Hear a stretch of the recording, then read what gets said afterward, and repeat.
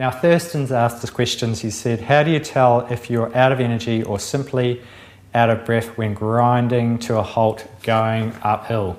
Now Thurston, running out of breath and running out of energy, look, they're really both the symptoms of the same thing. That is that you need to improve your fitness. So my answer to this is that, yep, you need to get out there and ride your bike more. Now, there's a lot of things that you can do to speed up your process, and our 12-week hill climbing training program is one of them. Now, Thurston, apart from our 12-week program, here's a couple of tips. The first thing that's really important to remember is that you want to run yourself through our 3-phase process, and that is you want to work on your endurance, then work on your strength, and then work on your speed.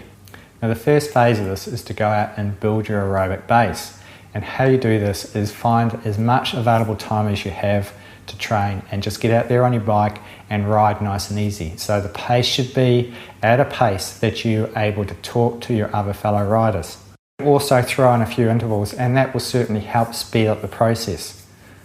So these are high intensity training sessions that you do for short durations, and you can incorporate it into the riding that you're doing.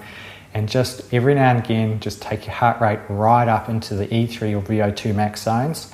And these are the zones where you find yourself breathing hard or are breathless. Now, the important thing about building your base is that it's the foundation in which we build your strength and then your speed upon. So the more you have of that, the better you'll be able to build your strength and your speed. Now the second phase of this is to build your strength, and that's where we start loading the legs up and start working on a few more high intensity intervals. And we also start working what we call the E3 zone, and that's the zone where you're breathing hard but you're not breathless. And at the same time you want to get yourself onto a strength training program off the bike, something like our Matt Brindle functional strength training program.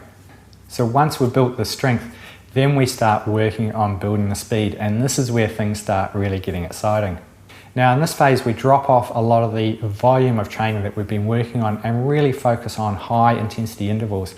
Those are predominantly intervals that are in the E3 and VO2 max zones, and these intervals are where you'll find that you're breathless or that you're breathing really hard. So we really start focusing on those, and we also start working specifically on the areas where you need to improve. So if it's hill climbing, then we would get you set up on a particular hill that you're struggling with and get you riding over that at high speed. Now don't forget to like us on Facebook and follow us on Twitter.